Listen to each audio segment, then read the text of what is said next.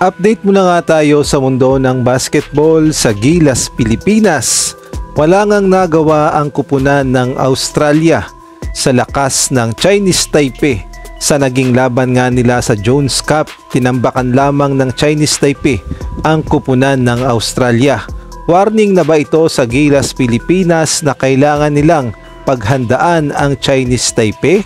Ngunit bago nga tayo magpatuloy, pakipindot naman ang like, subscribe at ang notification bell para updated ka sa susunod kong i-upload. Pakipollow na rin ang aking Facebook page na Pinoy Viral Sports Official. Maraming salamat.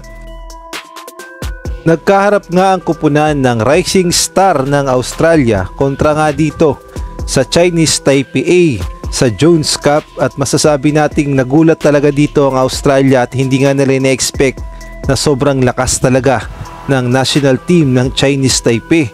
Dahil umpisa pa lang ng laban ay hindi nga sila pinaporma, bagkus ay tinambakan pa sila at hirap na hirap silang makahabol dito nga sa lakas ng Chinese Taipei. At syempre sa pangunguna ng kanilang import na si Alasan Jup at ang kanilang ace player, ang kambal na si Robert at si Adam Hinton, na masasabi nating naghalimaw talaga ng todo upang tulungan ng Chinese Taipei na matalo ang Australia. At ang dalawang kambal na nga na ito ay eligible as local player sa Chinese Taipei at maglalaro din sila sa FIBA Asia Cup, kaya naman dagdag puwersa talaga yan sa Chinese Taipei. At idagdag mo pa ang kanilang naturalized candidate na si Alasan Jup. Natapos nga ang laban sa final score na 56-90 at ang naging best player itong si Robert Hinton na kumamada ng 16 points, 3 rebound, 1 assist, at itong si Alasan Jup na may 10 points, 11 rebounds, 2 assists at 1 steal. At ang pagkapanalo nga ng Chinese Taipei sa Australia, ibig sabihin ay warning na ito sa Gilas, Pilipinas na hindi na basta-basta ang Chinese Taipei at ibang-iba na talaga ang lakas at ang lineup nito, at posibleng madalawahan pa sila kung hindi nila paghahandaan ang Chinese Taipei.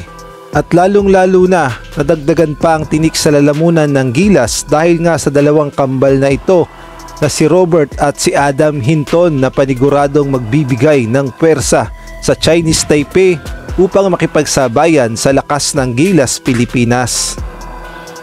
Samantalang ang kupunan naman ng Strong Group Athletics na lalaban sa Jones Cup ay talaga namang puspusan na ang kanilang ginagawang paghahanda. Target kasi ng SGA na muling makuha ang kampyonato sa William Jones Cup, kaya naman hindi sila papayag na matalo sa kompetisyon at todo-todo na ang kanilang ginagawang practice, at masasabi nating malakas naman ang kanilang lineup ngayon, kaya naman may chance rin na makuha nila ang kampyonato. At mamaya na nga ang unang laban ng SGA sa ganap na 7 PM kontra nga dito sa Chinese Taipei na nauna nang tinalo ang Australia.